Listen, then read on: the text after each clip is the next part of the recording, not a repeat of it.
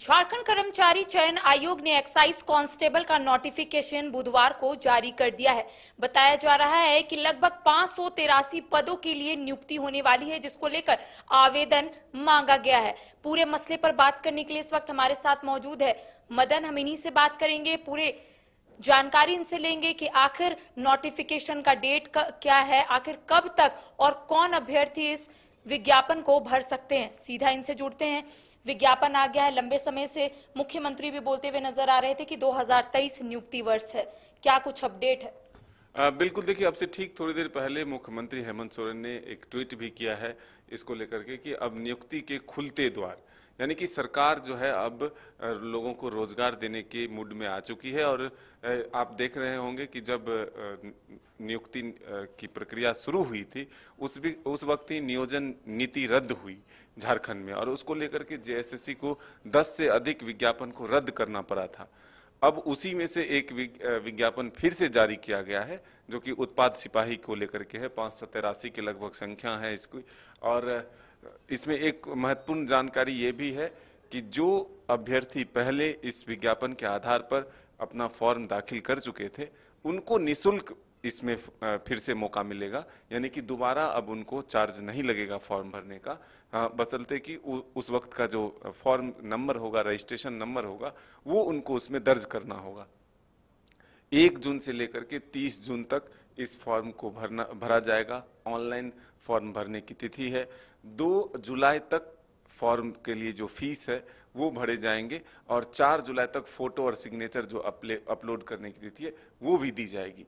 तो ऐसे में हम कह सकते हैं कि झारखंड के युवाओं के लिए एक बड़ी खबर है कि अब झारखंड सरकार के द्वारा नियुक्तियों को लेकर के जो प्रयास हैं वो शुरू हो चुके हैं। और जैसा कि मुख्यमंत्री ने ट्वीट भी किया है कि नियुक्ति के खुलते द्वार, तो जो 10 विज्ञापन रद्द हुए थे, क्या फिर से अब बारी बारी करके जो है एक अवसर देने की तैयारी में सरकार आ चुकी है।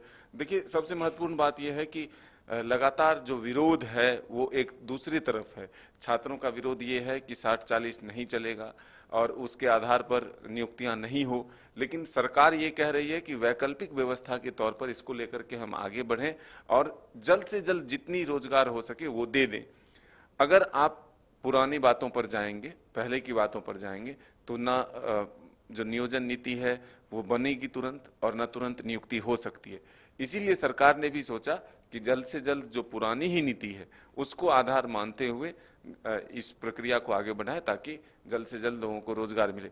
हाल के दिनों में ही देखें कि कई नियुक्तियां दी गई, वो भी पुरानी नियोजन नीति के आधार पर दी गई। 3500 के करीब लगभग शिक्षकों की नियुक्ति हुई, वो भी दिया गया। तो अब जब यह प्रक्रिया शुरू हुआ, 10 विज्ञापन जब जेएसएससी के रद्द हुए थे तो काफी निराशा थी छात्रों में, अभ्यर्थियों में, लेकिन अब उनके चेहरे पर खुशी जरूर लौटने लगे हैं, क्योंकि अब जो अभ्यर्थी हैं उनके एज एक्सपायर कर रहे हैं। अगर 2 वर्ष और 3 वर्ष के भीतर उनको अगर अवसर नहीं मिला तो फिर वो परीक्षा में शामिल होने के लिए नहीं एलिजिबल होंगे। तो ऐसे में अब जो ये सरकार का प्रयास है, सरकार खुद आगे आकर के कह रही है कि अब जो है हम नियुक्ति के द्वार खोल रहे हैं, और जेएसएससी लगातार अगर विज्ञापन निकालती है तो जल्द से जल्द प्रक्रिया को पूरी कर, जो आगामी चुनाव भी है 2024 में जो विधानसभा के चुनाव होने हैं, उससे पहले सरकार एक ग्राफ तैयार करना चाहती है, चाहे वो अलग अलग विभाग के ही क्यों। मदन, इसमें एज लिमिटेशन क्या होगा? कौन से अभ्यर्थी इस फॉर्म को भर सकते हैं, कौन से अभ्यर्थी नहीं भर सकते? क्या इसको लेकर आपके पास कोई जानकारी है? बिल्कुल, देखिए, जो पहले उम्र की सीमा थी फिलहाल वही रखी गई है। इसमें कोई अलग से छूट नहीं दी गई है, लेकिन हाँ ये जरूर कहा गया है कि जो फीस है उसमें छूट बरकरार रहेगी। जो नए अभ्यर्थी शामिल होंगे उनको शुल्क देना होगा, और जो पहले जो विज्ञापन जारी हुए थे, जो जिन्होंने फॉर्म फी दिया था उसी को वैलिड माना जाएगा, सिर्फ रजिस्ट्रेशन नंबर उनको देना। नोटिफिकेशन जारी हुआ है उसमें कहा जा रहा है कि जो अभ्यर्थी 10वीं पास कर लिए हैं और जिनका एज 18 साल से ऊपर है वही इस फॉर्म को भर सकते हैं। तो ये हो सकता है, क्योंकि अब देखिए सिपाही की बहाली है तो उसमें पहले शारीरिक परीक्षा होगी, फिर लिखित परीक्षा होगी।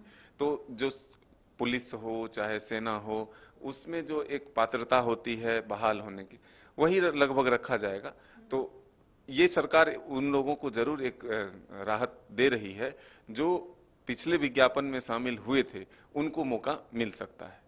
तो जाहिर सी बात है कि रोजगार के खुलते द्वार मुख्यमंत्री हेमंत सोरेन ने ट्वीट कर तमाम जानकारी दी है, क्योंकि कहा जा रहा है कि इस वर्ष नियुक्ति वर्ष है और ऐसे में तमाम विज्ञापन जारी हो रहे हैं और एक्साइज कांस्टेबल का भी विज्ञापन जारी हो गया है और जिसको लेकर मदन ने तमाम चीजों को यहाँ पर रखा है कि आखिर कब तक आप फॉर्म भर सकते हैं। 1 जून से 30 जून तक फॉर्म भरने का जो तारीख है वो यहाँ पर दी गई है, कौन अभ्यर्थी इस फॉर्म को भर सकते हैं और तमाम जानकारियां फिलहाल हमारे सहयोगी मदन ने दे दी है। फिलहाल मुझे दे इजाजत सहयोगी मदन के साथ करिश्मा सिन्हा, न्यूज 22 को रांची।